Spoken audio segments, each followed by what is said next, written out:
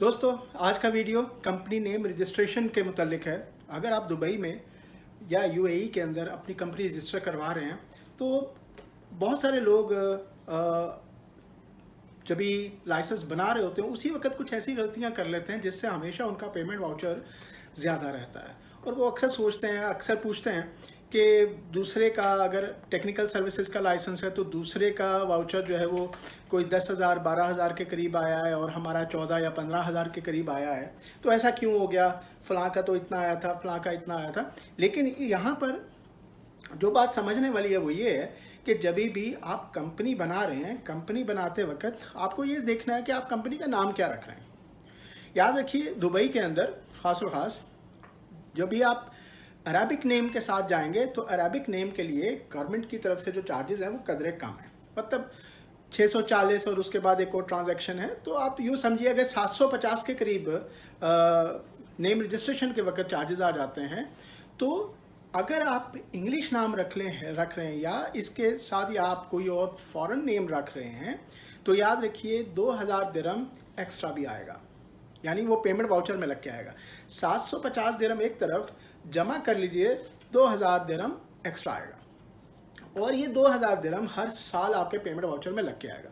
तो इसलिए ये जब लोग मिस्टेक कर लेते हैं और बाद में ये कहना कि नेम से हमें फ़र्क नहीं पड़ता था, कोई भी नाम होता कोई फ़र्क नहीं था, लेकिन पेमेंट वाउचर कम आना चाहिए था, यानी खर्च कम होना चाहिए था। तो याद रखिए, जो पहले दिन गलती हो गई, अगर आप इंग्लिश नाम या किसी फॉरेन नेम के साथ चले गए तो 2,000 दिरहम हर साल आपका पेमेंट वाउचर में वो एक्स्ट्रा लग के आएगा। चाहे अगले 10 साल के लिए आप लाइसेंस को लिए रखें, हर साल पेमेंट वाउचर में 2,000 एक्स्ट्रा लग के आएगा। और अगर आप कोई भी अरबिक नेम के साथ जाते या वो नाम जो आपका पासपोर्ट पर है, आपका ख़ुद का नाम, वो भी रख सकते हैं और उससे क्या होता है, सिर्फ 750 टोटल आता नेम रजिस्ट्रेशन के वक्त। और इसके अलावा आपको कभी अगले साल में या उससे अगले साल में पेमेंट वाउचर रिन्यू करते वक्त, लाइसेंस रिन्यू करते वक्त आपको फर्दर इसके ऊपर किसी किस्म के चार्जेस ना पड़ते और आपका पेमेंट वाउचर काफ़ी कम आता। तो ये अक्सर दोस्त ये मिस्टेक करते हैं और अक्सर यही पूछते हैं कि भाई हमारा पेमेंट वाउचर क्यों ज़्यादा है। तो जिसमें ये एक कुछ ऐसे मामला हैं जहाँ पर तो नेम बहुत मैटर कर रहा होता है कि नहीं, हमने फ़लाँ ही हमारा ब्रांड है, हमने उसी के साथ जाना, वो फ़ाइन, दैट्स फाइन।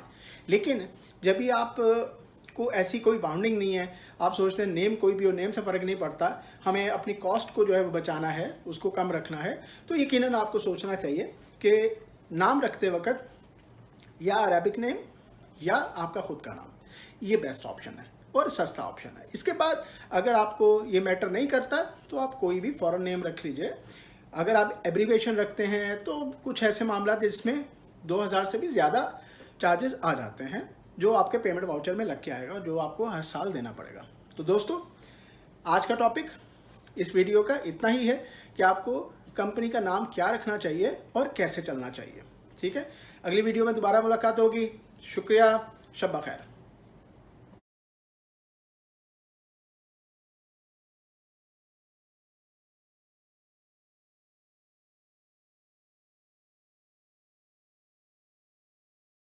दोस्तों, मेरा नाम है ताहिर और आप देख रहे हैं दुबई बिजनेस एक्सपर्ट चैनल। आज का हमारा टॉपिक है ई ट्रेडर। जी हाँ, ई ट्रेडर लाइसेंस दुबई में एक ज़बरदस्त ऑप्शन है और ये सबसे सस्ता ऑप्शन भी है। यकीन कीजिए, इसमें आपको बेशुमार बेनिफिट मिलते हैं। बेशुमार लोग ऐसे हैं जिनको इस ऑफ़र के मुतालिक मालूम ही नहीं है, जबकि हमारी कंपनी की तरफ से एक ज़बरदस्त पैकेज निकाला गया है इस ई ट्रेडर के लिए, जो मैं आपको आगे जाके बताऊंगा। ई ट्रेडर लाइसेंस है क्या और ये किन लोगों के लिए है? याद रखिए, ई ट्रेडर लाइसेंस उन लोगों के लिए है जो होम बेस बिजनेस करना चाहते हैं, यानी आपने घर पर रहकर कोई कारोबार करना चाहते हैं। और इस लाइसेंस के अंदर जो चीज़ें नहीं मिल सकती, ये मैं स्टार्ट के ऊपर ही बता देता हूँ। इस लाइसेंस के अंदर आपको वीज़ा नहीं मिल सकता और इस लाइसेंस में आप अपना ऑफिस रजिस्टर नहीं करवा सकते। यानी दो चीज़ें इसमें हैं जिसमें आप थोड़ा सा सोचेंगे कि यार इसमें एक तो वीज़ा नहीं मिलेगा और दूसरा आपको ऑफिस नहीं मिलेगा, क्योंकि ये लाइसेंस ही होम बेस्ड ऑनलाइन बिजनेस के लिए ये लाइसेंस है। तो इसलिए आपको ई ट्रेड लाइसेंस हासिल करके आप बिल्कुल घर पे रहते हुए अपना कारोबार शुरू कर सकते हैं, ज़बरदस्त तरीके से ये कारोबार कर सकते हैं। इसमें बहुत सारी ऑप्शंस अवेलेबल हैं, बहुत सारी एक्टिविटीज़ अवेलेबल हैं, और इस लाइसेंस में आप 10 एक्टिविटीज़ ले सकते हैं। उन्हीं उन्हीं चार्जेस में आपको कुछ भी एक्स्ट्रा पे नहीं करना। यानी ये एक ज़बरदस्त ऑप्शन ऐसे लोगों के लिए जो वेबसाइट डिज़ाइनिंग करते हैं, डेवलपमेंट करते हैं, फोटोग्राफी करते हैं, या साइबर सिक्योरिटी और दूसरे तीसरे बहुत सारे ऑप्शन हैं जो आप जब भी हमें डिस्क्रिप्शन में अपने कमेंट्स लिखेंगे तो मैं आपको उसके लिए सजेशन दे सकता हूं कि आपको कौन से ब्लॉक में कितनी एक्टिविटीज़ मिल सकेंगी और आपको कौन सा ब्लॉक सूट करता है। तो बेस्ट ऑप्शन आपके लिए home based licence online business के लिए। इसमें आप अपना Facebook page, social media marketing, बहुत सारी एक्टिविटीज़ कर सकते हैं। अपनी पर्सनल वेबसाइट के ऊपर भी अपने प्रोडक्ट्स को आप मार्केट कर सकते हैं, और इसमें आपको गवर्नमेंट की तरफ से मुकम्मल सहूलत है कि आप जैसे चाहें अपने कारोबार को एडवर्टाइज़ कीजिए, सोशल मीडिया के थ्रू, अपनी वेबसाइट के थ्रू, वगैरह वगैरह, जबकि चार्जेस इसके इंतहाई कम है। तो आज इस लाइसेंस के बारे में मालूम करने के बाद देर मत करें, फ़ौरन से पहले इस लाइसेंस को अप्लाई कीजिए और आज के आज अपना लाइसेंस हासिल कीजिए। बहुत शुक्रिया। इसकी मज़ीद तफसील जानने के लिए अगर आपके जहन में कोई और सवाल है तो डिस्क्रिप्शन में हमें लिखें या हमें व्हाट्सअप कीजिए। हमारा व्हाट्सअप नंबर हमारी इस वीडियो स्क्रीन के ऊपर मौजूद है। बहुत शुक्रिया।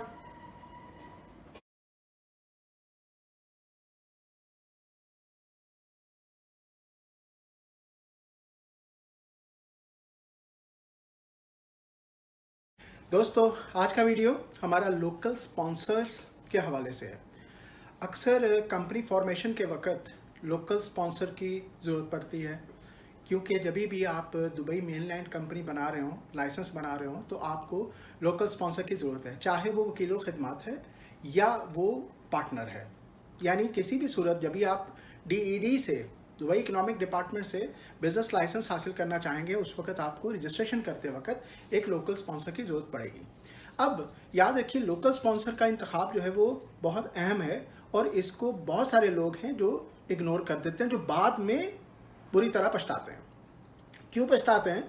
उसकी मेन वजह यह है कि जब भी आपको आपका पार्टनर लाइसेंस में पार्टनर रखना है, या बिज़नेस में बिज़नेस रजिस्ट्रेशन के वक्त जो लोकल होगा उसके ID कार्ड, MRS ID, या उसका सिग्नेचर कार्ड, या उसके पासपोर्ट कॉपी की अक्सर आपको ज़रूरत पड़ती है। चाहे आपने बैंक अकाउंट बनाना है, चाहे आपने लेबर में लेबर कार्ड ओपन करना है, या मुख्तलिफ रजिस्ट्रेशन के अंदर अक्सर आपको ज़रूरत पड़ती है। जिसमें क्या होता है कि गलत जो इंतखाब है वो आपको बुरी तरह परेशान करता है। क्यों परेशान करता है कि मुख्तलिफ लोकल्स जो हैं वो आपको लेबर या इमिग्रेशन में पावर्स नहीं देते।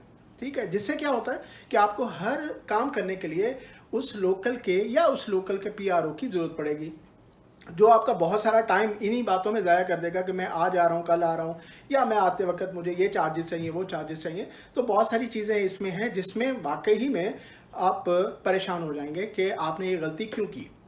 बहुत दफ़ा यूँ होता है कि लोकल्स आपको उतना सपोर्ट नहीं करते जितना उनको करना चाहिए, लेकिन ये कमिटमेंट पहले होना चाहिए। ये गलती लोकल्स की नहीं होती, जबकि ये आपको पहले से डिस्कस करना चाहिए कि हमें लेबर में या इमिग्रेशन में पावर चाहिए, क्या आप एग्री हैं या नहीं हैं। अगर वो एग्री हैं तो आप बिल्कुल उनके साथ चल सकते हैं, और अगर एग्री नहीं है तो आपको दोबारा सोच लेना चाहिए। ठीक है, तो इसलिए जब भी लाइसेंस बनाएं तो हमेशा ये ध्यान में रखिए कि लोकल स्पॉन्सर या आपका वकील और खिदमात के लिए आपके साथ जो लोकल अटैच हो रहा है, क्या वो आप कोऑपरेटिव है या नहीं है, या आपकी उससे डिस्कशन हुआ है या नहीं हुआ, ताकि बाद में आपको भी या उनको भी प्रॉब्लम ना हो। बहुत शुक्रिया। आज का वीडियो इतना ही था। मज़ीद आपको कुछ सवालात हों तो नीचे कमेंट्स में ज़रूर लिखिए, और हमारी वीडियोस को, हमारे चैनल को ज़रूर लाइक कीजिए। बहुत शुक्रिया। Thank you very much.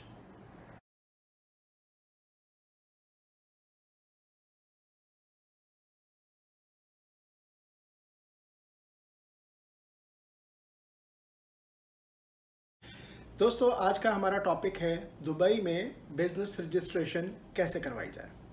तो इसके लिए, जैसे मैंने पहले अपनी वीडियो में बताया, कि आपको सबसे पहले ये सोचना है कि आपको इस्टेब्लिशमेंट कौन सा बनाना है। सोल इस्टेब्लिशमेंट अगर एक पार्टनर के साथ है, अगर दो पार्टनर्स हैं, या 2 से ज़ायद हैं तो आपको एलएलसी कंपनी बनाना चाहिए, या आपके पास एक और ऑप्शन होती है सिविल कंपनी। लेकिन इस वीडियो के अंदर हम एलएलसी कंपनी के बारे में डिस्कस करते हैं।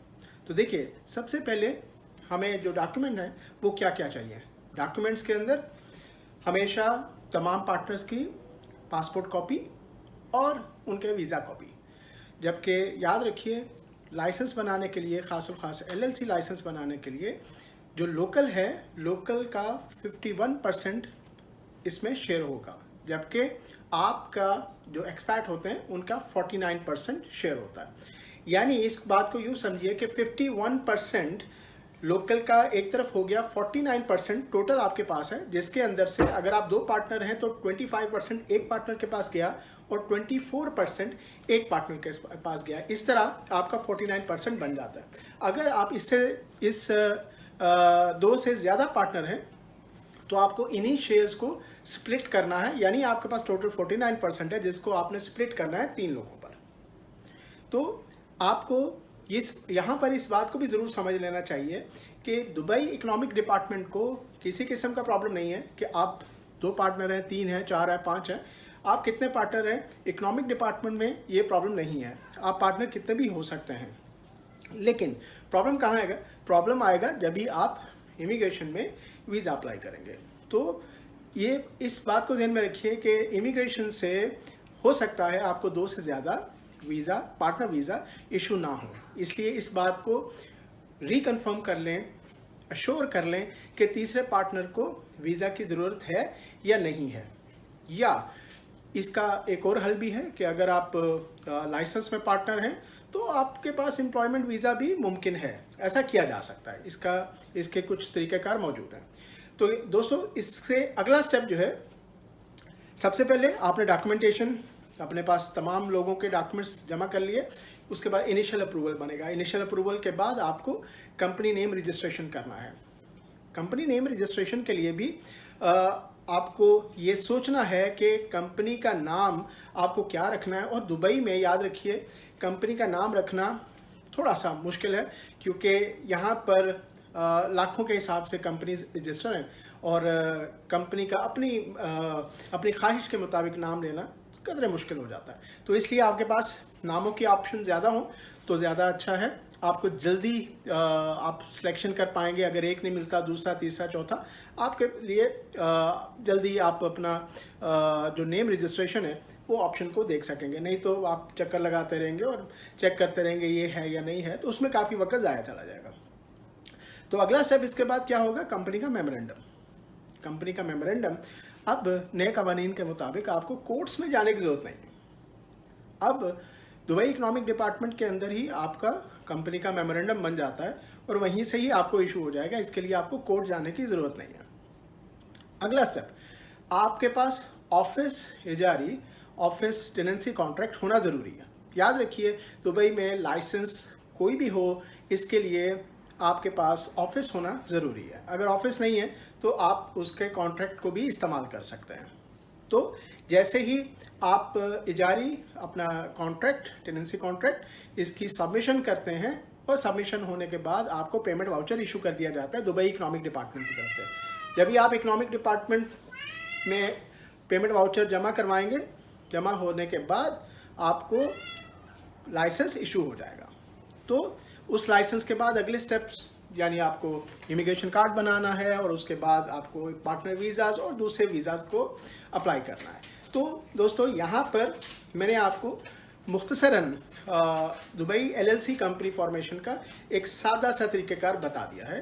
तो मेरा ख्याल है कि इस छोटी सी वीडियो के अंदर मेरी कोशिश यही रही कि आपको मैं एलएलसी कंपनी फॉर्मेशन के बारे में बता सकूं। तो आप मज़ीद इंफॉर्मेशन के लिए हमारे दूसरे वीडियोस देखते रहिए। शुक्रिया।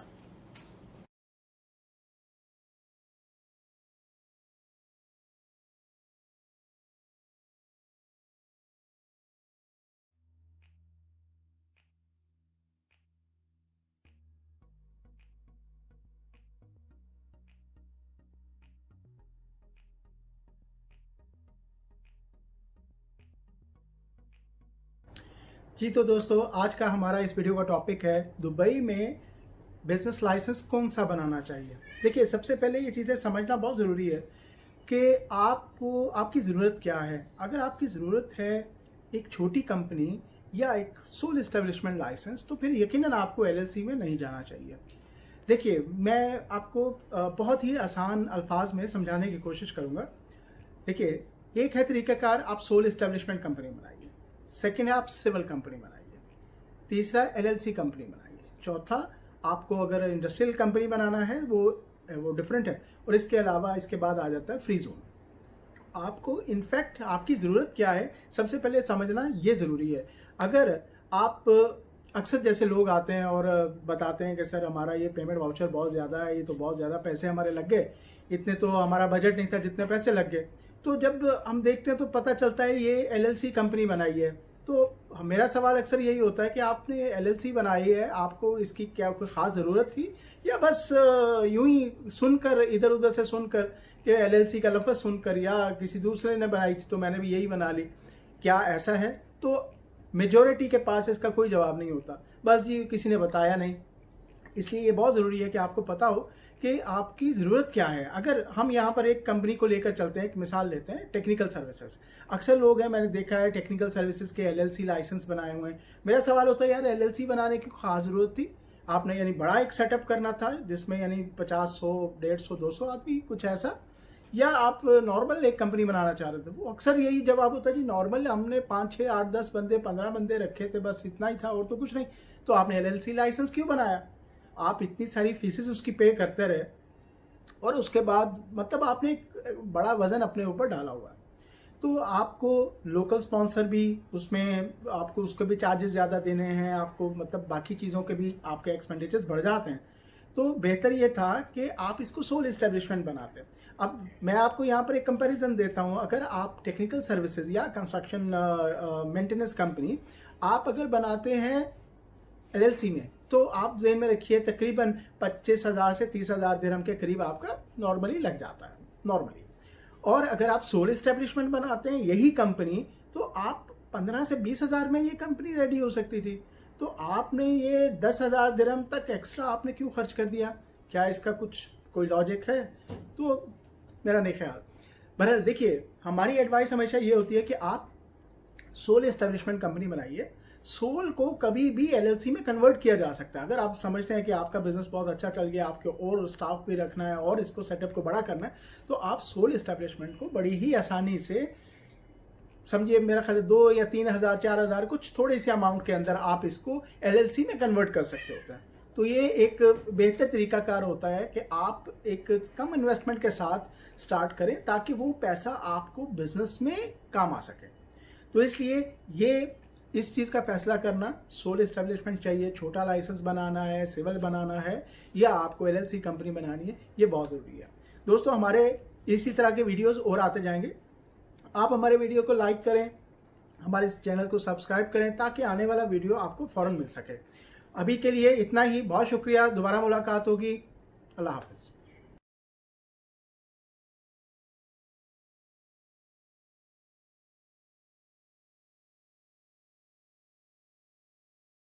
जी तो दोस्तों, मेरा नाम है ताहिर। आज एक ख़ास वीडियो के साथ आपके सामने हाजिर हुआ हूँ। अक्सर दोस्तों का फ़ोन आता है और वो मालूम करना चाहते हैं कि दुबई में सबसे सस्ता बिज़नेस लाइसेंस कौन सा है। हर बंदे की कोशिश होती है कि वो एक ऐसा लाइसेंस हासिल करे जिस पे कम से कम खर्च भी आए और जिसका फ़ायदा भी ज़्यादा हो। तो आज हम एक ऐसे लाइसेंस का जिक्र करेंगे जिसकी कॉस्ट, यानी जिसका जो अखराजात हैं वो इंतहाई कम है, और इसके अंदर ना तो कोई लोकल स्पॉन्सर है, ना कोई लोकल एजेंट है, और ना इसमें आपको ऑफिस की ज़रूरत है, और ना ही इसमें आपको कोई और पार्टनर की ज़रूरत है। आप अकेले, मतलब इंडिविजुअल लाइसेंस है, और ये दुबई मेन लैंड का लाइसेंस है। जी हाँ, ये एक ज़बरदस्त ऑप्शन है। ये ऑप्शन पहले कभी भी अवेलेबल नहीं थी। अब जैसे ही इस चीज़ का हम जिक्र करते हैं तो अक्सर कमेंट्स में लोग बोलते हैं कि नहीं, ऐसा कुछ भी नहीं है और ये फेक है, शायद ऐसा मुमकिन ही नहीं है कि दुबई में इतना सस्ता लाइसेंस भी कोई मुमकिन हो सकता है। तो मैं उनके लिए बस यही कहता हूं कि भाई एक दफ़ा आप मेरी बात को पूरा समझ लीजिए, सुन लीजिए, और उसके बाद फैसला कीजिएगा क्या ये मुमकिन है या नहीं है। यकीनन ये मुमकिन है और हम बहुत सारे लाइसेंसेस ऑलरेडी बना चुके हैं, और जो लोग इसके बारे में मज़ीद तफसील जानना चाहते हैं वो यकीनन हमारे ऑफिस एक दफ़ा विज़िट ज़रूर करें, आके पूरी बात सुने समझें और उसके बाद फैसला लें। कोई जल्दी नहीं है, तो आपको समझना बहुत ज़रूरी है कि अगर एक अच्छा ऑप्शन मिल रहा है तो उस ऑप्शन को ज़रूर अवेल करना चाहिए। चले अभी हम जिक्र करते हैं, मिसाल के तौर पे आप एक अच्छे इलेक्ट्रीशियन हैं, आप अच्छे प्लम्बर हैं, आप कारपेंट्री का काम बहुत अच्छा जानते हैं, आप एसी टेक्नीशियन हैं, या आप अच्छे हजाम हैं, अच्छे ब्यूटिशियन हैं, या आपके पास कोई और हुनर है जो आप समझते हैं कि आप खुद से बहुत अच्छा कर सकते हैं और आप किसी के पास नौकरी नहीं करना चाहते, तो आप सबके लिए ये एक बेहतरीन ऑप्शन है कि आप दुबई में ऑनलाइन बिजनेस लाइसेंस बनाएं, ये हासिल करें और उसके बाद आप 100% पूरी ताकत के साथ, पूरे कानूनी तरीके के साथ आप अपना कारोबार शुरू करें।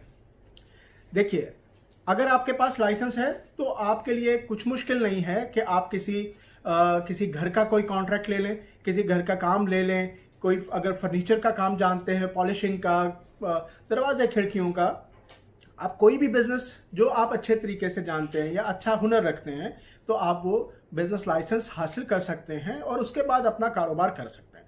इसके लिए कहीं आपको जाने की ज़रूरत नहीं है, बहुत आसान है। आपके पास वीज़ा, पासपोर्ट और आईडी कार्ड, दुबई का आईडी कार्ड होना ज़रूरी है। ये इसकी बेसिक जो है वो रिक्वायरमेंट्स हैं। यानी ये वो लाइसेंस है जिसके साथ आपको वीज़ा नहीं मिलता। यानी आप ये यूँ समझ लीजिए कि आपको खाली अगर बिजनेस करना है तो आपको एक लाइसेंस चाहिए और ये लाइसेंस आपको बहुत आसानी से मिल जाएगा, लेकिन इसमें वीज़ा का ऑप्शन नहीं मिलेगा। और अगर आपको वीज़ा के ऑप्शन चाहिए हो तो यकीनन वो ऑप्शन भी मौजूद होते हैं, उसमें भी जाया जा सकता है। लेकिन आज का क्योंकि ये वीडियो इसी एक ऑनलाइन बिजनेस लाइसेंस के हवाले से है, तो इसलिए मैं इस वीडियो में ऑनलाइन बिजनेस लाइसेंस का ही जिक्र करूंगा कि इसको हासिल करने के बाद आपके लिए बहुत आसान है कि आप कहीं पर भी अपना काम, अगर आप अच्छे पेंटर हैं, मतलब घर में आप पर्दों का काम जानते हैं, आप जो है वो सैनिटरी का काम जानते हैं, आप इलेक्ट्रीशियन वगैरह वगैरह, आप कोई भी अपना हुनर जो अच्छा हुनर समझते हैं आपको है, हासिल है, तो आप अपना बिजनेस लाइसेंस हासिल कर सकते हैं और अपने काम को आगे बढ़ा सकते हैं।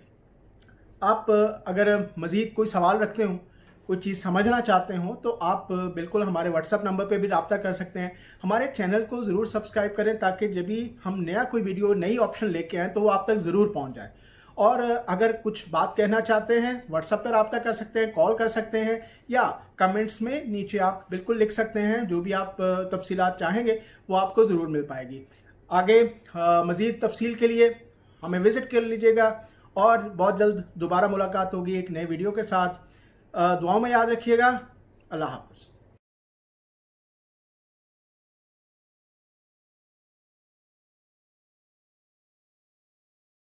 जी तो दोस्तों, मेरा नाम है ताहिर। आज हम जिक्र करेंगे न्यू बिजनेस लाइसेंस के हवाले से। अक्सर दोस्तों के फ़ोन आते हैं इंडिया से, पाकिस्तान, नेपाल, भूटान, दूसरे दीगर ममालिक से, और वो जानना चाह रहे होते हैं कि हम पहली दफ़ा दुबई आकर कारोबार करना चाहते हैं और हम जानना चाहते हैं इसमें क्या क्या स्टेप्स होते हैं और क्या क्या ज़रूरी ऐसे मामलात हैं जिनको पहले से मालूम होना, जिनके बारे में मालूम होना ज़रूरी है।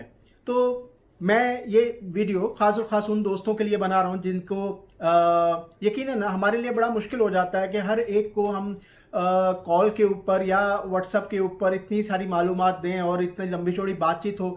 तो आपका वक्त और अपना वक्त बचाने के लिए मैं ये वीडियो बना रहा हूँ ताकि आप दिलचस्पी के साथ एक दफ़ा इस पूरी वीडियो को देख लें। उसके बाद आपके पास जो भी सवाल हो आप हमें रब्ता करके व्हाट्सएप पे, कॉल के ऊपर या कमेंट बॉक्स पे लिख सकते हैं, या हमें ईमेल भी कर सकते हैं। हमारे फेसबुक पे, सोशल मीडिया पेजेस पे रब्ता कर सकते हैं। और अगर आप दुबई में मौजूद हैं तो आप हमारे ऑफिस में न्यू गोल्ड सूक बर दुबई में आप हमें विजिट कर सकते हैं और जो भी डिस्कस करना चाहें, जो आपके जहन में हो, आपको ज़रूर डिस्कस करना चाहिए ताकि आप अगले किसी मामले में परेशानी में ना फंस सकें। देखिए, हम शुरू करते हैं। अगर आज कोई एक बिजनेस लाइसेंस हमने बनाना है तो हमें कौन सा बिजनेस लाइसेंस बनाना चाहिए?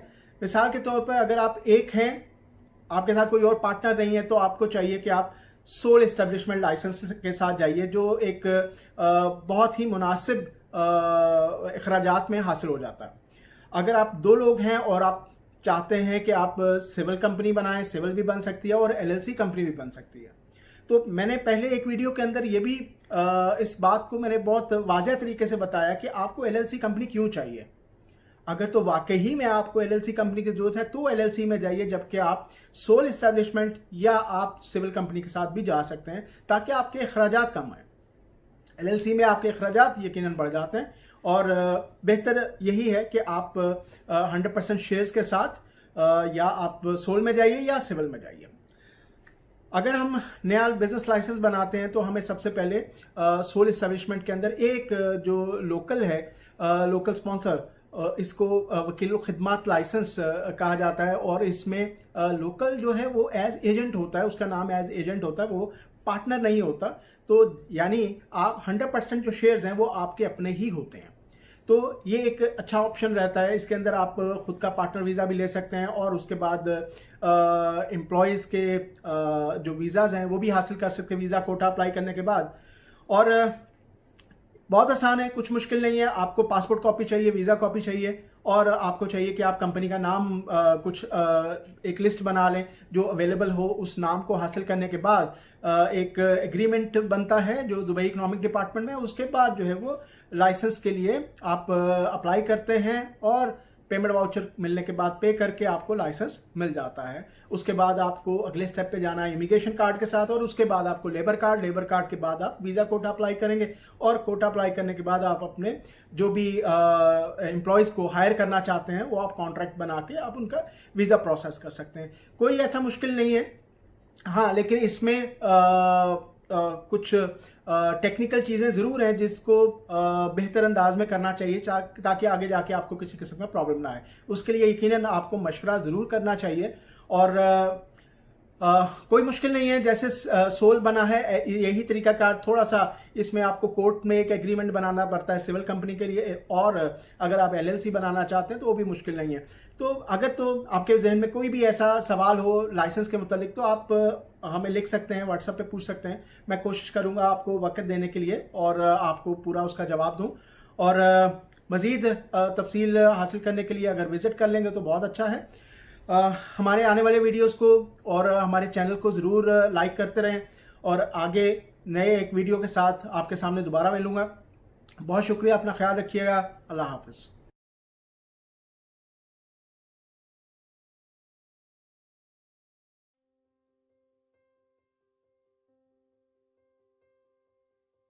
दुबई में अपना कारोबार, ये बहुत सारे लोगों के लिए आज भी एक ख्वाब है, लेकिन इस ख्वाब को हकीकत बनाया जा सकता है अच्छी टेक्निक्स के साथ।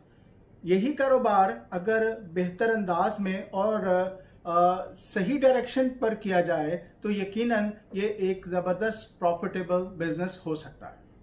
मेरा नाम है ताहिर, आप देख रहे हैं दुबई बिजनेस एक्सपर्ट चैनल, और आज का हमारा जो टॉपिक है वो है दुबई में कंस्ट्रक्शन कंपनी कैसे बनाई जाए। कंस्ट्रक्शन या आप टेक्निकल सर्विसेज की कंपनी, जिसको आप मेंटेनेंस कंपनी कहते हैं, ये कंपनी कैसे बनाई जाए।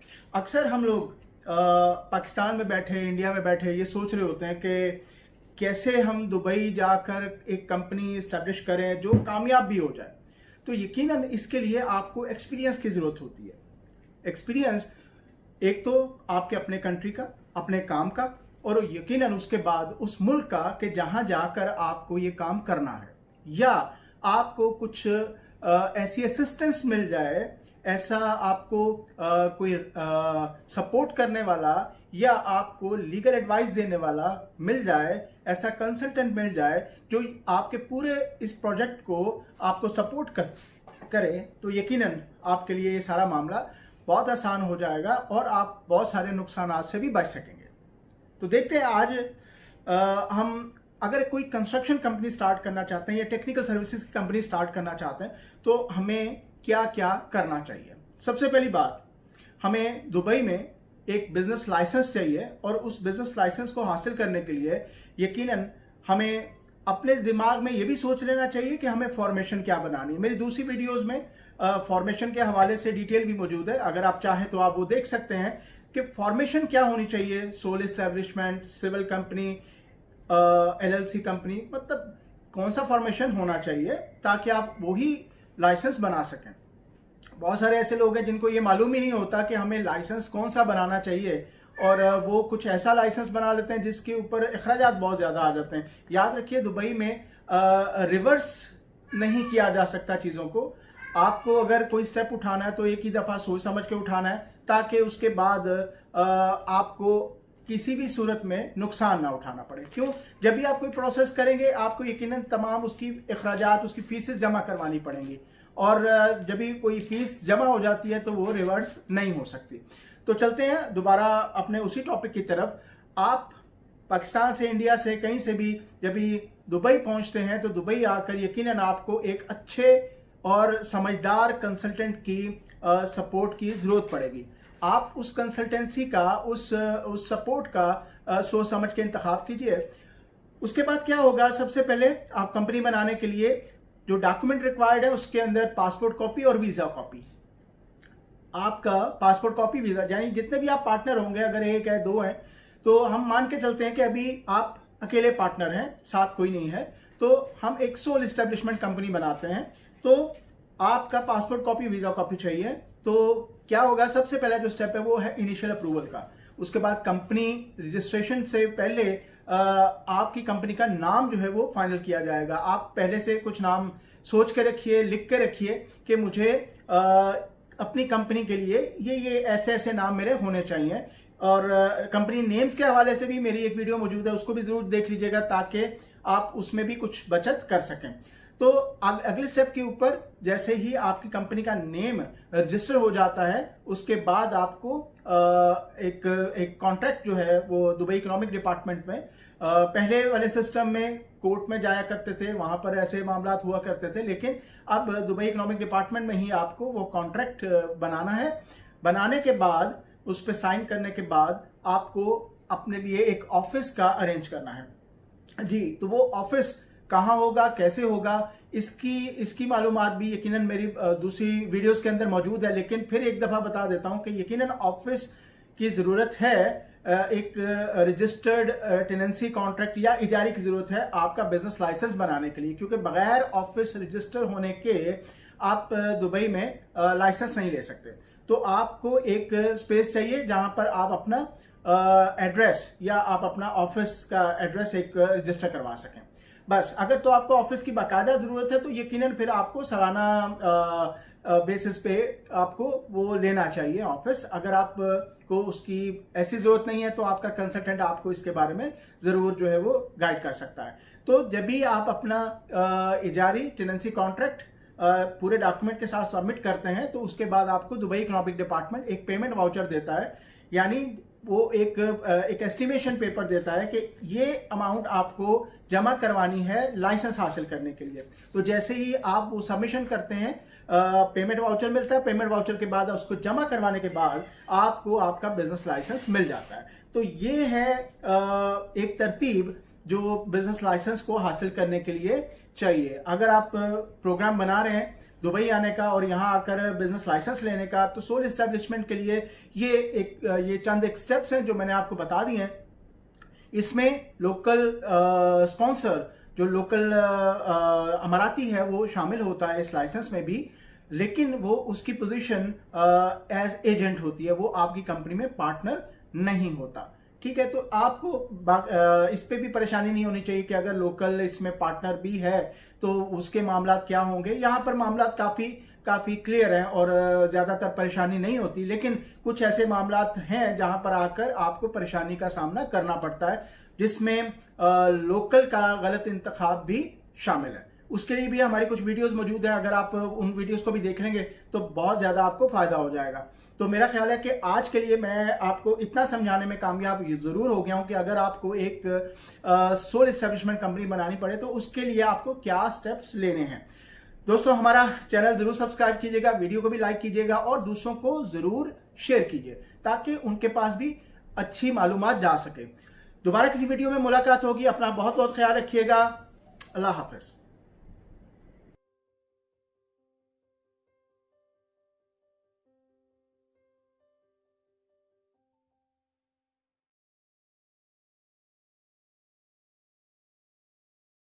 जी तो दोस्तों, अक्सर दोस्त फ़ोन करते हैं और वो मालूम करना चाहते हैं कि अगर हम दुबई आते हैं अपना कारोबार करने के लिए या विज़िट करने के लिए तो हमें कहाँ रहना चाहिए, हमें कहाँ सस्ती रिहाइश मिल सकेगी। तो इसके लिए डिपेंड करता है आपके टूर के ऊपर कि आप कितने दिन के लिए आ रहे हैं। और अगर आपका मकसद सिर्फ 6-7 दिन का सिर्फ टूर करना है तो फिर बेहतर यही है कि आपको डेरा बर दुबई का एरिया में बहुत सारे होटल मोटेल मतलब रेस्टोरेंट्स और आपको अच्छी प्लेसेस मिल जाती हैं खाने पीने के लिए भी और रहने के लिए भी सस्ती जगह मिल जाती हैं। वो मुश्किल नहीं है। इसके लिए अगर आप मुख्तलिफ वेबसाइट्स बनी हुई हैं उन पे विजिट कर लीजिए, मुख्तलिफ जगह पे आपको अच्छे रेट्स मिल जाएंगे तो वहाँ से ऑनलाइन आप बुकिंग कर सकते हैं और उसके मुताबिक आप अपना ट्रैवल अरेंज कर सकते हैं। अगर आपका जो क़याम है यहाँ पर दुबई में वो है 1 महीना के करीब करीब, तो बेहतर ये है कि आपको पर मंथ बेसिस पर कोई अच्छा रूम वो अरेंज करना चाहिए। हमारे यहाँ पाकिस्तान में अक्सर ये लोग सोचते हैं कि जैसे हम लोगों का वहाँ का स्टाइल है कि खुले खुले घर हैं, बड़े बड़े कमरे वगैरह वगैरह, वही यहाँ पर आकर मिलेगा तो वो मिलना ज़रा मुश्किल हो जाता है। मिलता ज़रूर है लेकिन वो एक्सपेंसिव है। तो आपके लिए बेस्ट ये है कि अगर तो आप दुबई आ रहे हैं और आप ये सोच रहे हैं मैं जाके रहूंगा क्या कहाँ, तो आपको चाहिए कि आप कदरे सस्ते एरियाज को चूज कर लें।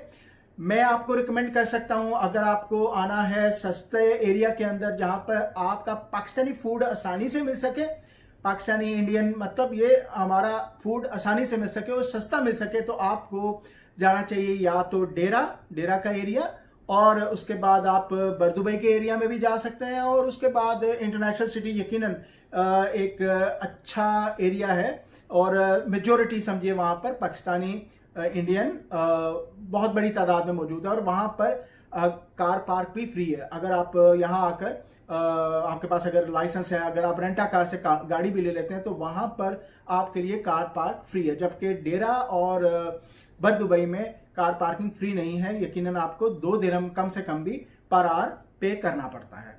तो मैंने सोचा मैं अपने आने वाले दोस्तों को ये एडवाइस ज़रूर दे दूं कि वो ज़्यादा परेशान नहीं हो रिहाइश के मतलब कि दुबई जाके हम रहेंगे कहाँ।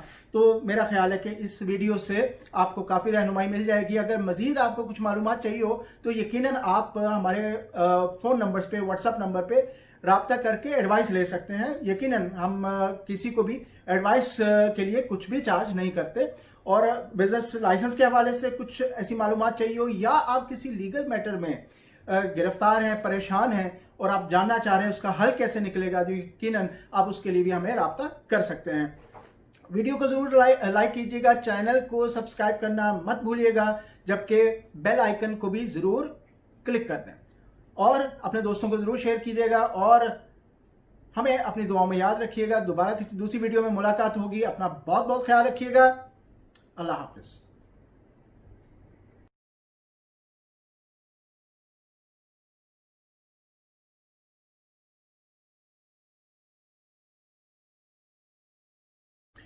अक्सर लोग मालूम करना चाह रहे होते हैं कि दुबई में बिजनेस करने के लिए हमें पुराना लाइसेंस लेना चाहिए या नया। और बहुत सारे लोग ऐसे हैं जिनकी राय होती है, खुद की राय होती है कि हमें पुराना लाइसेंस लेना चाहिए क्योंकि वो सस्ता होगा, जबकि मैं बोलूँगा कि ऐसा नहीं करना चाहिए। इसके बहुत सारे रीजंस हैं। तो आज हम इस वीडियो के अंदर ये जानेंगे कि वो रीजंस क्या हैं, वो वजह क्या है जिसकी वजह से जितने भी बड़े कंसल्टेंट्स होंगे वो आपको पुरानी कंपनी लेते वक्त सोचने का, अपने फैसले को रिव्यू करने का मशवरा जरूर देंगे। मेरा नाम है ताहिर और आप देख रहे हैं दुबई बिजनेस एक्सपर्ट चैनल। हमारे चैनल को सब्सक्राइब करना मत भूलिएगा, जबकि दोस्तों से शेयर करना भी मत भूलिएगा। सब्सक्राइब करके बेल आइकन को हिट जरूर कर दें। तो चलते हैं वापस टॉपिक की तरफ। जब भी आपको दुबई में बिजनेस लाइसेंस लेना हो तो कभी भी पुराने लाइसेंस की तरफ मत जाइए जब तक आपको यकीन ना हो जाए कि मेरा वाकई ही पुराने लाइसेंस के बगैर गुजारा नहीं है, फिर आप पुराने लाइसेंस में जाइए। अब पुराना लाइसेंस अगर आप लेने लगे हैं तो जो चीज़ें हो सकती हैं, जो नुकसान हो सकते हैं, उसके बारे में ज़रूर जान लीजिए। नंबर 1, मिसाल के तौर पे अगर मेरा लाइसेंस पहले से दुबई में मौजूद है, मैं 5, 10, 15 साल से बिजनेस कर रहा हूँ, तो यकीनन मेरा बहुत सारी कंपनियों के साथ लेन देन भी होगा।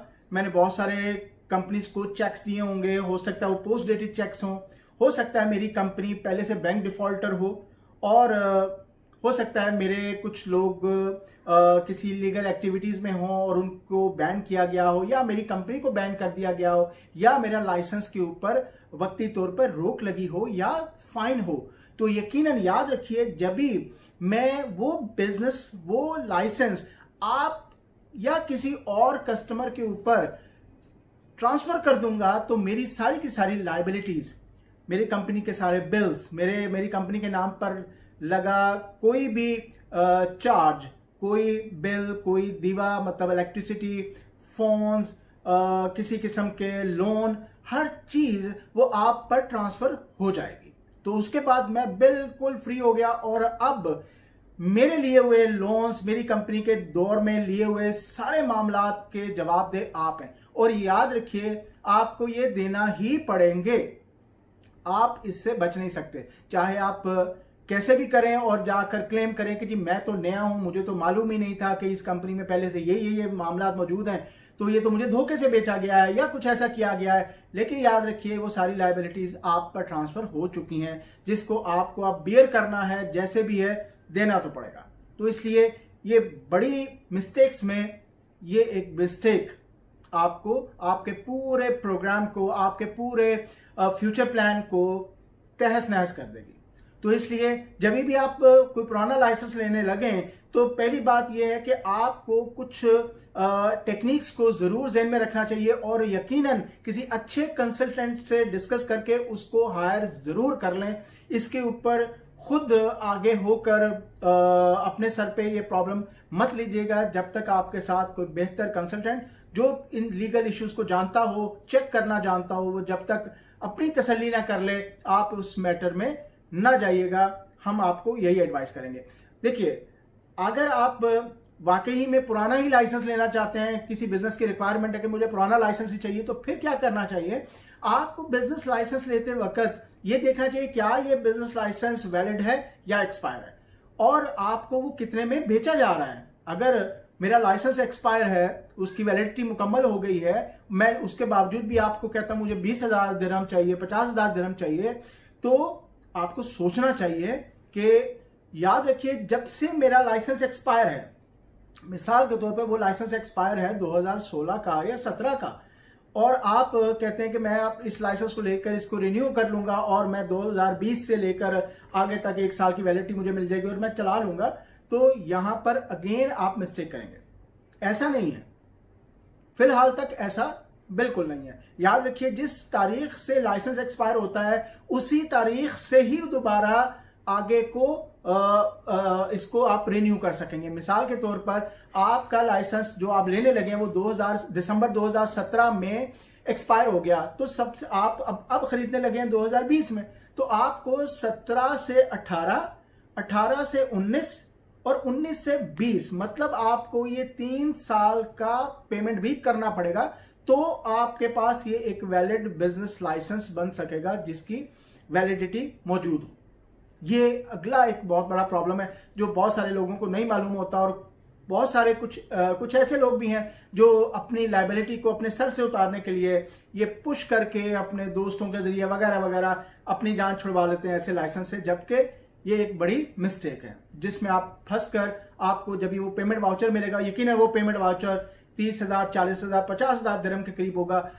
यही अगर आप नया लाइसेंस बनाते तो मुश्किल से 15 से 20,000 में बन जाता, लेकिन जब भी आप दूसरे का पुराना लाइसेंस ले रहे हैं जो एक्सपायर हुआ था, तो उसके तमाम अखराजात भी आप ही को बियर करने पड़ेंगे।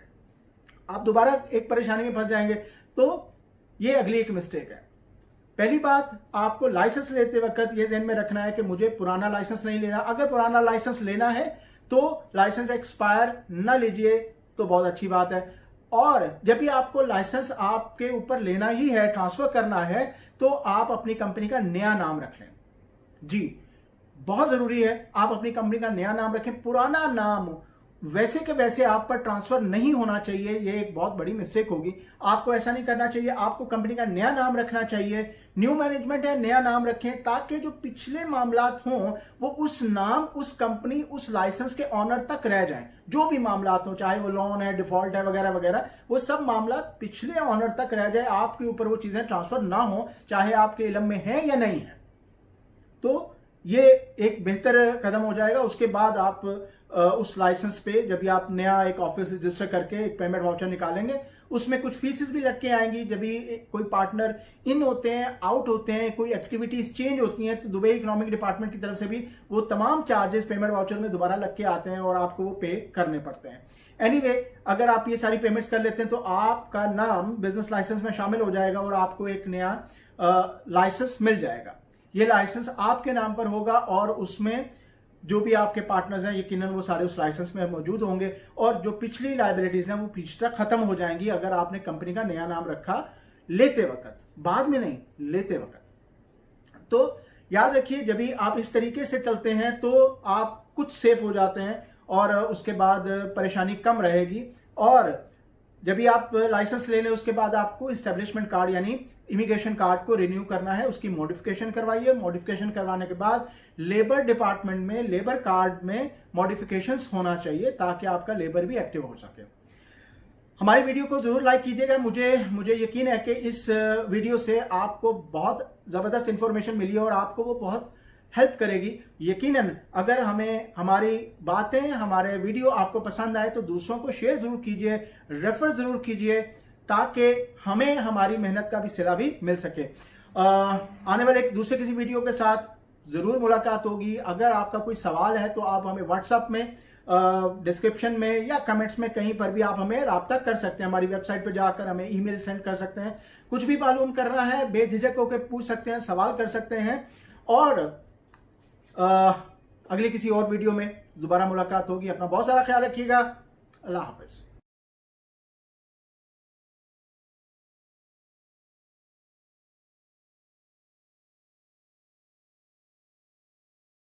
जी तो दोस्तों, मेरा नाम है ताहिर और आज हम एक नई वीडियो के साथ आए हैं और आज कुछ मिस्टेक्स के बारे में डिस्कस करते हैं। जो मैं समझता हूँ मिस्टेक से एक बड़ा लफ्ज़, कोई ब्लंडर जिसे कहना चाहिए ऐसा हो, वो ज़्यादा मुनासिब लफ्ज़ है। देखिए, हम लोग क्या करते हैं कि दुबई आते हैं, दुबई आकर हमने बिज़नेस लाइसेंस बनाया, उस पर लाइक 20, 25, 30, 40, 50 हज़ार दिरहम लगा दिया और हमने उसके बाद लाइसेंस हासिल किया। लाइसेंस हासिल करके हम जनाब बैठ गए अपने ऑफिस में। बिल्कुल, ये ऑफिस भी हमने ज़बरदस्त सा ले लिया और वहाँ हम मज़े से बैठ गए। अब हम इंतज़ार कर रहे हैं बिज़नेस का, तो बिज़नेस कैसे आएगा? तो ये मैं अक्सर, मेरे कुछ क्लाइंट्स जब भी आते हैं और मैं देखता हूँ वो जी हमने क्लोज कर रहे हैं, हमें नहीं समझ में आ रहा कारोबार। तो कारोबार समझ में कैसे आएगा जब भी आपने अपने लाइसेंस को बनाकर आप बिल्कुल बैठ गए, उसके बाद आपने कुछ नहीं किया। तो किसी को क्या मालूम कि आप कहाँ हैं और आपको क्या आता है। सबसे पहले इम्पॉर्टेंट था आप अपनी कंपनी को एडवर्टाइज करते हैं। बेशुमार लाइसेंस लोगों ने बनाए, बहुत सारे लोगों ने आके नया बिजनेस यहाँ पे किया, उन्होंने बोला जी लाइसेंस बना दिया, ये कर दिया, वो कर दिया, लेकिन कंपनी की वेबसाइट नहीं है, कंपनी के सोशल मीडिया पेजेस नहीं है। तो ना आपने कभी कोई एडवर्टीजमेंट कैंपेन रन की है, आपने एक दिरहम भी उसके ऊपर खर्च नहीं किया, तो लोग आपको कैसे जानेंगे? मैं अक्सर हैरान होता हूँ। यकीन कीजिए कि आप जब तक एडवर्टाइज नहीं करेंगे, आपके साथ वाले ऑफिस वाले को नहीं पता होगा कि आप लोग करते क्या हैं। और मेजॉरिटी का ऐसा ही मामला है कि आप लोग लाइसेंस बना लेते हैं, उसके बाद ना कंपनी की वेबसाइट है और अगर है भी तो इंतहाई नकारा है, जिसको देखकर कुछ अच्छा इंप्रेशन नहीं जाता। ना सोशल मीडिया पेजेस बनाते हैं और ना ही उनको एडवर्टाइज करते हैं। जब तक मैं अपनी सर्विसेज को एडवर्टाइज नहीं करूंगा, आपको मेरे बारे में कैसे मालूम होगा? तो इसलिए बहुत ज़रूरी है कि आप जब भी जितना आपने इन्वेस्टमेंट किया, अगर मिसाल के तौर पर 20,000, 50,000 दिरहम आपने लगा दिया लाइसेंस के ऊपर और अपने ऑफिस और बाकी सिस्टम के ऊपर, और अगर आप 2 से 5,000 दिरहम अपने एडवर्टीजमेंट के ऊपर लगा लीजिए, तो उसका मेरा ख्याल है एक ज़बरदस्त इंप्रेशन आपको मार्केट से आता है, आपकी आइडेंटिटी बनती है, लोग आपको जानना शुरू होते हैं और उसके बाद यकीनन आपको बिजनेस मिलना शुरू होता है। तो दोस्तों, आज का टॉपिक यहाँ तक ही था। मेरा मकसद था आज आपको ये बात समझाना कि हम कैसे मार खाते हैं इतना पैसा लगाने के बावजूद भी। हम इन्वेस्ट कर देते हैं ऑफिस के ऊपर, ऑफिस फर्नीचर के ऊपर, लाइसेंस के ऊपर, और जबकि हम एडवर्टीजमेंट के ऊपर कुछ भी इन्वेस्ट नहीं करते, रिजल्ट ज़ीरो। तो इसलिए ये मिस्टेक है, दोबारा ऐसा नहीं होना चाहिए। कोशिश कीजिएगा मज़ीद आपके कोई क्वेश्चंस हों ज़रूर मुझे आप लिख सकते हैं, कमेंट्स में लिखिए, व्हाट्सएप पर रब्ता कर लीजिए। हमारा चैनल ज़रूर सब्सक्राइब कीजिए और वीडियो को लाइक और शेयर ज़रूर कीजिएगा। Thank you very much. दोबारा मुलाकात होगी। अल्लाह हाफ़िज़।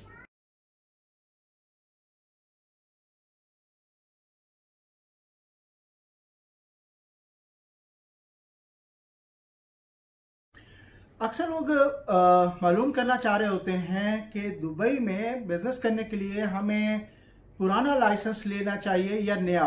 और बहुत सारे लोग ऐसे हैं जिनकी राय होती है, खुद की राय होती है कि हमें पुराना लाइसेंस लेना चाहिए क्योंकि वो सस्ता होगा, जबकि मैं बोलूँगा कि ऐसा नहीं करना चाहिए। इसके बहुत सारे रीजंस हैं।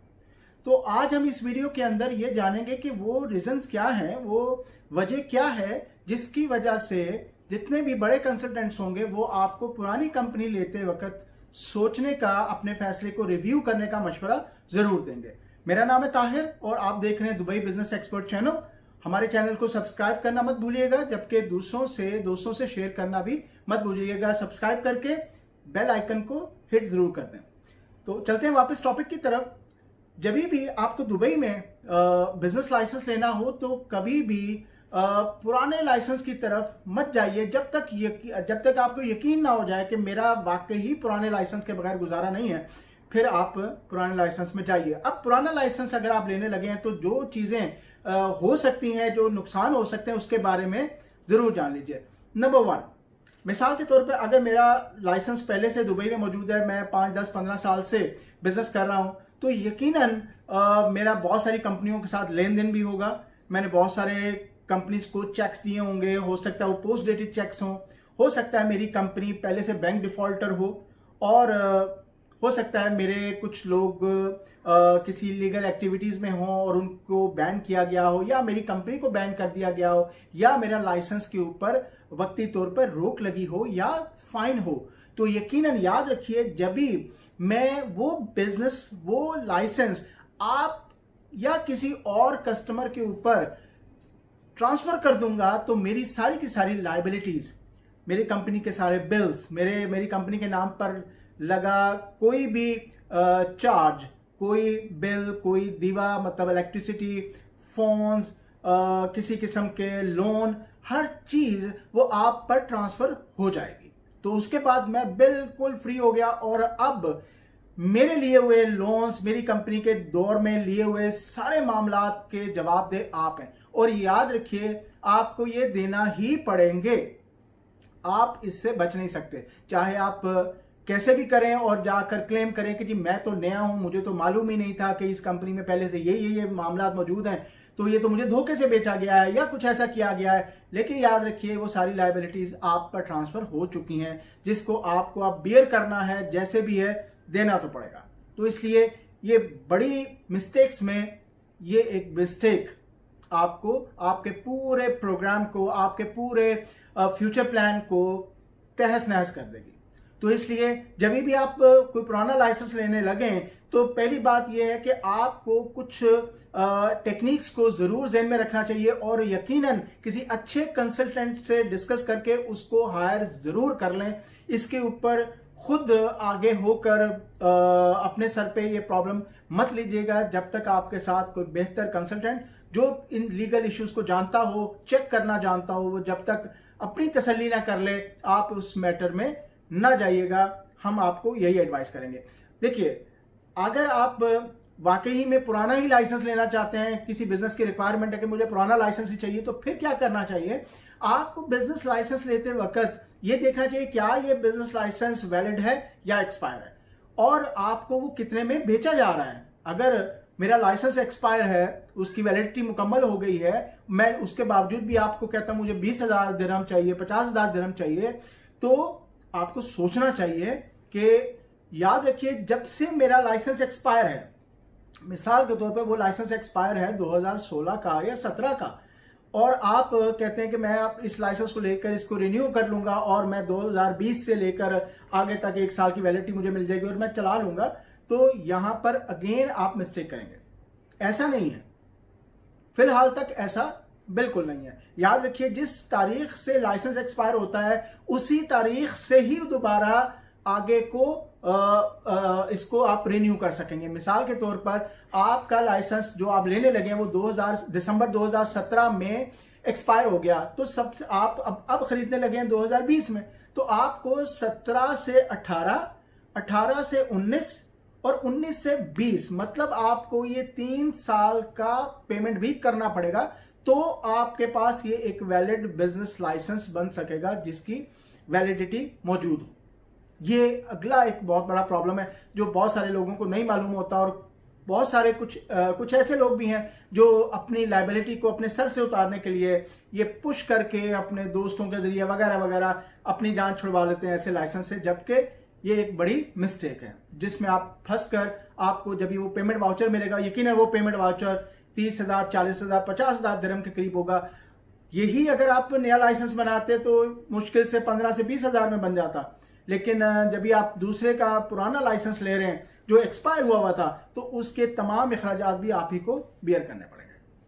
आप दोबारा एक परेशानी में फंस जाएंगे। तो ये अगली एक मिस्टेक है। पहली बात, आपको लाइसेंस लेते वक्त ये ध्यान में रखना है कि मुझे पुराना लाइसेंस नहीं लेना। अगर पुराना लाइसेंस लेना है तो लाइसेंस एक्सपायर ना लीजिए तो बहुत अच्छी बात है। और जब भी आपको लाइसेंस आपके ऊपर लेना ही है, ट्रांसफर करना है, तो आप अपनी कंपनी का नया नाम रख लें। जी, बहुत जरूरी है आप अपनी कंपनी का नया नाम रखें। पुराना नाम वैसे के वैसे आप पर ट्रांसफर नहीं होना चाहिए, ये एक बहुत बड़ी मिस्टेक होगी। आपको ऐसा नहीं करना चाहिए, आपको कंपनी का नया नाम रखना चाहिए। न्यू मैनेजमेंट है, नया नाम रखें, ताकि जो पिछले मामलात हों वो उस नाम, उस कंपनी, उस लाइसेंस के ऑनर तक रह जाएं। जो भी मामलात हों, चाहे वो लोन है, डिफॉल्ट है वगैरह वगैरह, वो सब मामलात पिछले ऑनर तक रह जाए, आपके ऊपर वो चीजें ट्रांसफर ना हो, चाहे आपके इल्म में है या नहीं है। तो ये एक बेहतर कदम हो जाएगा। उसके बाद आप उस लाइसेंस पे जब भी आप नया एक ऑफिस रजिस्टर करके एक पेमेंट वाउचर निकालेंगे, उसमें कुछ फीसेस भी लग के आएंगी। जब भी कोई पार्टनर इन होते हैं, आउट होते हैं, कोई एक्टिविटीज चेंज होती हैं, तो दुबई इकोनॉमिक डिपार्टमेंट की तरफ से भी वो तमाम चार्जेस पेमेंट वाउचर में दोबारा लग के आते हैं और आपको वो पे करने पड़ते हैं। एनीवे, अगर आप ये सारी पेमेंट्स कर लेते हैं तो आपका नाम बिजनेस लाइसेंस में शामिल हो जाएगा और आपको एक नया लाइसेंस मिल जाएगा। ये लाइसेंस आपके नाम पर होगा और उसमें जो भी आपके पार्टनर्स हैं यकीनन वो सारे उस लाइसेंस में मौजूद होंगे, और जो पिछली लायबिलिटीज हैं वो पीछे तक खत्म हो जाएंगी अगर आपने कंपनी का नया नाम रखा लेते वक्त, बाद में नहीं, लेते वक्त। तो याद रखिए, जब भी आप इस तरीके से चलते हैं तो आप कुछ सेफ हो जाते हैं और उसके बाद परेशानी कम रहेगी। और जब भी आप लाइसेंस ले लें उसके बाद आपको एस्टेब्लिशमेंट कार्ड यानी इमिग्रेशन कार्ड को रिन्यू करना है, उसकी मॉडिफिकेशन करवाइए। मॉडिफिकेशन करवाने के बाद लेबर डिपार्टमेंट में लेबर कार्ड में मॉडिफिकेशंस होना चाहिए ताकि आपका लेबर भी एक्टिव हो सके। हमारी वीडियो को जरूर लाइक कीजिएगा। मुझे यकीन है कि इस वीडियो से आपको बहुत जबरदस्त इंफॉर्मेशन मिली है और आपको वो बहुत हेल्प करेगी। यकीनन अगर हमें हमारी बातें, हमारे वीडियो आपको पसंद आए तो दूसरों को शेयर जरूर कीजिए, रेफर जरूर कीजिए, ताकि हमें हमारी मेहनत का भी सिला भी मिल सके।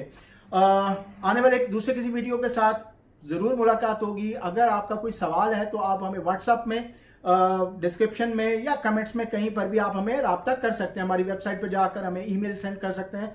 कुछ भी मालूम करना है बेझिझक होकर पूछ सकते हैं, सवाल कर सकते हैं। और अगली किसी और वीडियो में दोबारा मुलाकात होगी। अपना बहुत सारा ख्याल रखिएगा। अल्लाह हाफिज।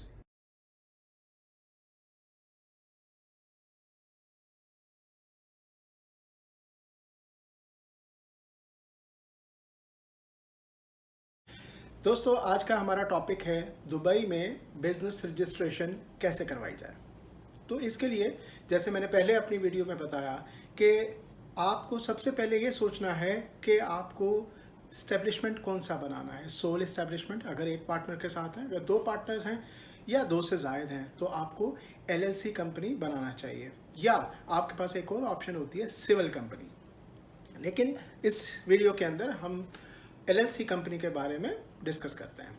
तो देखिए, सबसे पहले हमें जो डॉक्यूमेंट है वो क्या क्या चाहिए। डॉक्यूमेंट्स के अंदर हमेशा तमाम पार्टनर्स की पासपोर्ट कॉपी और उनके वीज़ा कॉपी।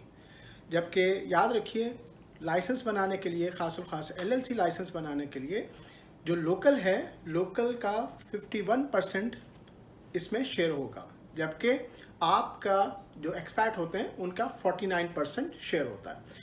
यानी इस बात को यूँ समझिए कि 51% लोकल का एक तरफ हो गया, 49% टोटल आपके पास है, जिसके अंदर से अगर आप 2 पार्टनर हैं तो 25% एक पार्टनर के पास गया और 24% एक पार्टनर के पास गया। इस तरह आपका 49% बन जाता है। अगर आप इस 2 से ज़्यादा पार्टनर हैं तो आपको इन्हीं शेयर्स को स्प्लिट करना है, यानी आपके पास टोटल 49% है जिसको आपने स्प्लिट करना है 3 लोगों पर। तो आपको यहाँ पर इस बात को भी ज़रूर समझ लेना चाहिए कि दुबई इकोनॉमिक डिपार्टमेंट को किसी किस्म का प्रॉब्लम नहीं है कि आप 2 पार्टनर हैं, 3 हैं, 4 हैं, 5 हैं, आप कितने पार्टनर हैं। इकोनॉमिक डिपार्टमेंट में ये प्रॉब्लम नहीं है, आप पार्टनर कितने भी हो सकते हैं। लेकिन प्रॉब्लम कहाँ आएगा? प्रॉब्लम आएगा जब भी आप इमिग्रेशन में वीज़ा अप्लाई करेंगे। तो ये इस बात को ध्यान में रखिए कि इमिग्रेशन से हो सकता है आपको 2 से ज़्यादा वीज़ा, पार्टनर वीज़ा इशू ना हो। इसलिए इस बात को रिकन्फर्म कर लें, अश्योर कर लें कि तीसरे पार्टनर को वीज़ा की ज़रूरत है या नहीं है। या इसका एक और हल भी है कि अगर आप लाइसेंस में पार्टनर हैं तो आपके पास एम्प्लॉयमेंट वीज़ा भी मुमकिन है, ऐसा किया जा सकता है। इसके कुछ तरीक़ेकार मौजूद हैं। तो दोस्तों, इससे अगला स्टेप जो है, सबसे पहले आपने डॉक्यूमेंटेशन, अपने पास तमाम लोगों के डॉक्यूमेंट्स जमा कर लिए, उसके बाद इनिशियल अप्रूवल बनेगा। इनिशियल अप्रूवल के बाद आपको कंपनी नेम रजिस्ट्रेशन करना है। कंपनी नेम रजिस्ट्रेशन के लिए भी आपको ये सोचना है कि कंपनी का नाम आपको क्या रखना है। और दुबई में याद रखिए, कंपनी का नाम रखना थोड़ा सा मुश्किल है, क्योंकि यहाँ पर लाखों के हिसाब से कंपनीज रजिस्टर हैं और कंपनी का अपनी ख्वाहिश के मुताबिक नाम लेना कदरे मुश्किल हो जाता है। तो इसलिए आपके पास नामों की ऑप्शन ज़्यादा हो तो ज़्यादा अच्छा है। आपको जल्दी आप सिलेक्शन कर पाएंगे। अगर एक नहीं मिलता, दूसरा, तीसरा, चौथा, आपके लिए जल्दी आप अपना जो नेम रजिस्ट्रेशन है वो ऑप्शन को देख सकेंगे। नहीं तो आप चक्कर लगाते रहेंगे और चेक करते रहेंगे ये है या नहीं है, तो उसमें काफ़ी वक्त ज़ाया चला जाएगा। तो अगला स्टेप इसके बाद क्या होगा? कंपनी का मेमोरेंडम। कंपनी का मेमोरेंडम, अब नए कवानीन के मुताबिक आपको कोर्ट्स में जाने की ज़रूरत नहीं है। अब दुबई इकोनॉमिक डिपार्टमेंट के अंदर ही आपका कंपनी का मेमोरेंडम बन जाता है और वहीं से ही आपको इशू हो जाएगा। इसके लिए आपको कोर्ट जाने की ज़रूरत नहीं है। अगला स्टेप, आपके पास ऑफिस इजारी, ऑफिस टेनेंसी कॉन्ट्रैक्ट होना ज़रूरी है। याद रखिए, दुबई में लाइसेंस कोई भी हो, इसके लिए आपके पास ऑफिस होना ज़रूरी है। अगर ऑफिस नहीं है तो आप उसके कॉन्ट्रैक्ट को भी इस्तेमाल कर सकते हैं। तो जैसे ही आप इजारी अपना कॉन्ट्रैक्ट, टेनेंसी कॉन्ट्रैक्ट, इसकी सबमिशन करते हैं और सबमिशन होने के बाद आपको पेमेंट वाउचर इशू कर दिया जाता है दुबई इकोनॉमिक डिपार्टमेंट की तरफ से। जब भी आप इकोनॉमिक डिपार्टमेंट में पेमेंट वाउचर जमा करवाएंगे, जमा होने के बाद आपको लाइसेंस इशू हो जाएगा। तो उस लाइसेंस के बाद अगले स्टेप्स, यानी आपको इमिग्रेशन कार्ड बनाना है और उसके बाद आपको पार्टनर वीज़ाज़ और दूसरे वीज़ाज़ को अप्लाई करना है। तो दोस्तों, यहाँ पर मैंने आपको मुख्तसरन दुबई LLC कंपनी फॉर्मेशन का एक सादा सा तरीक़ेकार बता दिया है। तो मेरा ख्याल है कि इस छोटी सी वीडियो के अंदर मेरी कोशिश यही रही कि आपको मैं LLC कंपनी फॉर्मेशन के बारे में बता सकूं। तो आप मज़ीद इंफॉर्मेशन के लिए हमारे दूसरे वीडियोस देखते रहिए। शुक्रिया।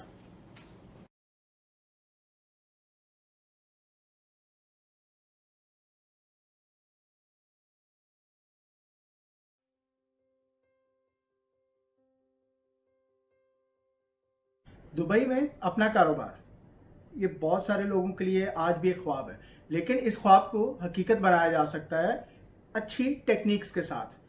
यही कारोबार अगर बेहतर अंदाज में और सही डायरेक्शन पर किया जाए तो यकीनन ये एक ज़बरदस्त प्रॉफिटेबल बिजनेस हो सकता है।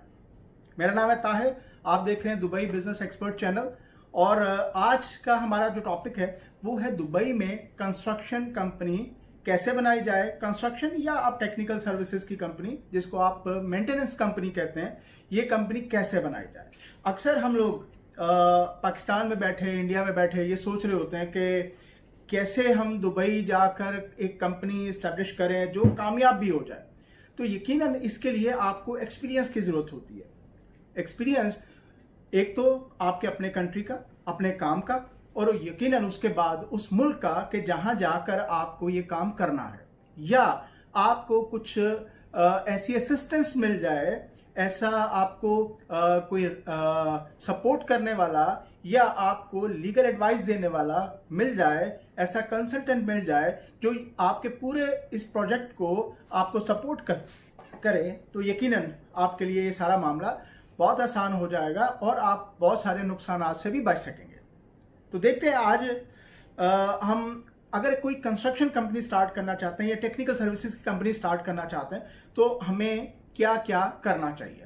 सबसे पहली बात, हमें दुबई में एक बिजनेस लाइसेंस चाहिए, और उस बिजनेस लाइसेंस को हासिल करने के लिए यकीनन हमें अपने दिमाग में ये भी सोच लेना चाहिए कि हमें फॉर्मेशन क्या बनानी है। मेरी दूसरी वीडियोस में फॉर्मेशन के हवाले से डिटेल भी मौजूद है, अगर आप चाहें तो आप वो देख सकते हैं कि फॉर्मेशन क्या होनी चाहिए, sole establishment, civil company, LLC company, मतलब कौन सा फॉर्मेशन होना चाहिए ताकि आप वही लाइसेंस बना सकें।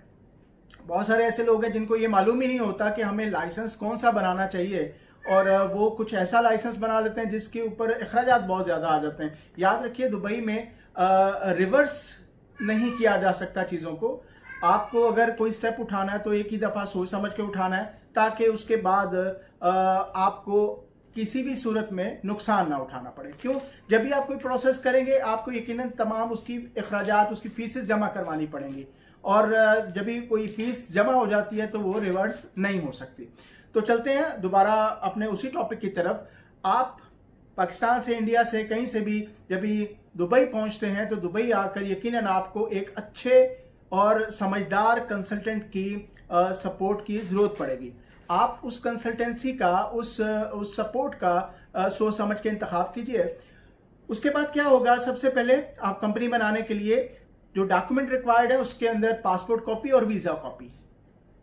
आपका पासपोर्ट कॉपी, वीज़ा, यानी जितने भी आप पार्टनर होंगे, अगर एक है, दो हैं, तो हम मान के चलते हैं कि अभी आप अकेले पार्टनर हैं, साथ कोई नहीं है, तो हम एक सोल एस्टेब्लिशमेंट कंपनी बनाते हैं। तो आपका पासपोर्ट कॉपी, वीज़ा कॉपी चाहिए।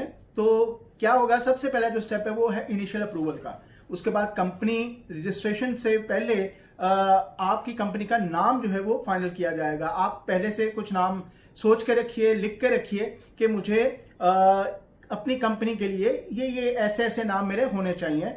और कंपनी नेम्स के हवाले से भी मेरी एक वीडियो मौजूद है, उसको भी जरूर देख लीजिएगा ताकि आप उसमें भी कुछ बचत कर सकें। तो अगले स्टेप के ऊपर जैसे ही आपकी कंपनी का नेम रजिस्टर हो जाता है, उसके बाद आपको एक कॉन्ट्रैक्ट जो है वो दुबई इकोनॉमिक डिपार्टमेंट में, पहले वाले सिस्टम में कोर्ट में जाया करते थे, वहां पर ऐसे मामला हुआ करते थे, लेकिन अब दुबई इकोनॉमिक डिपार्टमेंट में ही आपको वो कॉन्ट्रैक्ट बनाना है। बनाने के बाद, उस पर साइन करने के बाद आपको अपने लिए एक ऑफिस का अरेंज करना है जी। तो वो ऑफिस कहाँ होगा, कैसे होगा, इसकी मालूमात भी यकीनन मेरी दूसरी वीडियोस के अंदर मौजूद है, लेकिन फिर एक दफ़ा बता देता हूँ कि यकीनन ऑफिस की ज़रूरत है। एक रजिस्टर्ड टेनेंसी कॉन्ट्रैक्ट या इजारे की ज़रूरत है आपका बिजनेस लाइसेंस बनाने के लिए, क्योंकि बगैर ऑफिस रजिस्टर होने के आप दुबई में लाइसेंस नहीं ले सकते। तो आपको एक स्पेस चाहिए जहाँ पर आप अपना एड्रेस या आप अपना ऑफिस का एड्रेस एक रजिस्टर करवा सकें। बस, अगर तो आपको ऑफिस की बाकायदा ज़रूरत है तो यकीनन फिर आपको सालाना बेसिस पे आपको वो लेना चाहिए ऑफिस। अगर आपको उसकी ऐसी ज़रूरत नहीं है तो आपका कंसल्टेंट आपको इसके बारे में ज़रूर जो है वो गाइड कर सकता है। तो जब भी आप अपना इजारी टेनेंसी कॉन्ट्रैक्ट पूरे डॉक्यूमेंट के साथ सबमिट करते हैं तो उसके बाद आपको दुबई इकोनॉमिक डिपार्टमेंट एक पेमेंट वाउचर देता है, यानी वो एक एस्टिमेशन पेपर देता है कि ये अमाउंट आपको जमा करवानी है लाइसेंस हासिल करने के लिए। तो जैसे ही आप वो सबमिशन करते हैं, पेमेंट वाउचर मिलता है। पेमेंट वाउचर के बाद उसको जमा करवाने के बाद आपको आपका बिजनेस लाइसेंस मिल जाता है। तो ये है एक तरतीब जो बिजनेस लाइसेंस को हासिल करने के लिए चाहिए। अगर आप प्रोग्राम बना रहे हैं दुबई आने का और यहाँ आकर बिजनेस लाइसेंस लेने का, तो सोल एस्टेब्लिशमेंट के लिए ये चंद एक स्टेप्स हैं जो मैंने आपको बता दिए हैं। इसमें लोकल स्पॉन्सर, जो लोकल अमाराती है, वो शामिल होता है इस लाइसेंस में भी। लेकिन वो उसकी पोजीशन एज एजेंट होती है, वो आपकी कंपनी में पार्टनर नहीं होता।